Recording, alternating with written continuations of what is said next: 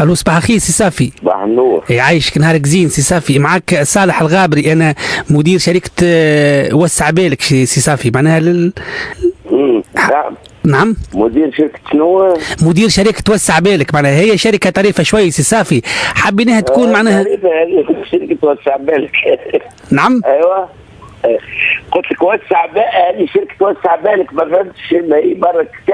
هذه تعتني بالحروب سي صافي، تعتني بالحروب وبالعرك وبالمشاكل وكل شيء، منها تحاول باش توفق ما بين العباد، فهمتني؟ اي الشركة هذه شركة لا شركة ذات رأس مال محدود. اي تفضل خليني نسمعك. حبيناك توسع بالك سي صافي. شكرا اخوي. نعم ان شاء الله. اي انا اعطيتك فرصة باش توسع بالك. وانت شو اسمك سي الغابري؟ صالح سي صالح. سي صالح الغابري. مرحبا بك. يعيشك تفضل. مرحبا بك يا اخوي.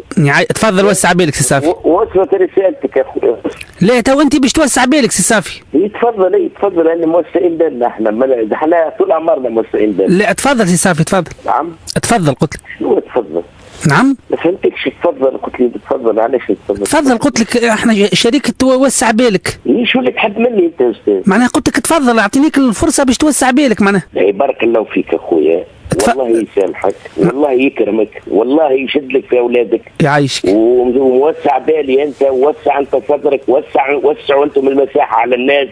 والله يسلمك ويسلم اهلك يا اخويا. هاي تحياتي يا اخويا. صحيح. احنا توا سي صافي حبينا معنا نسمعوا منك الكلام الحلو.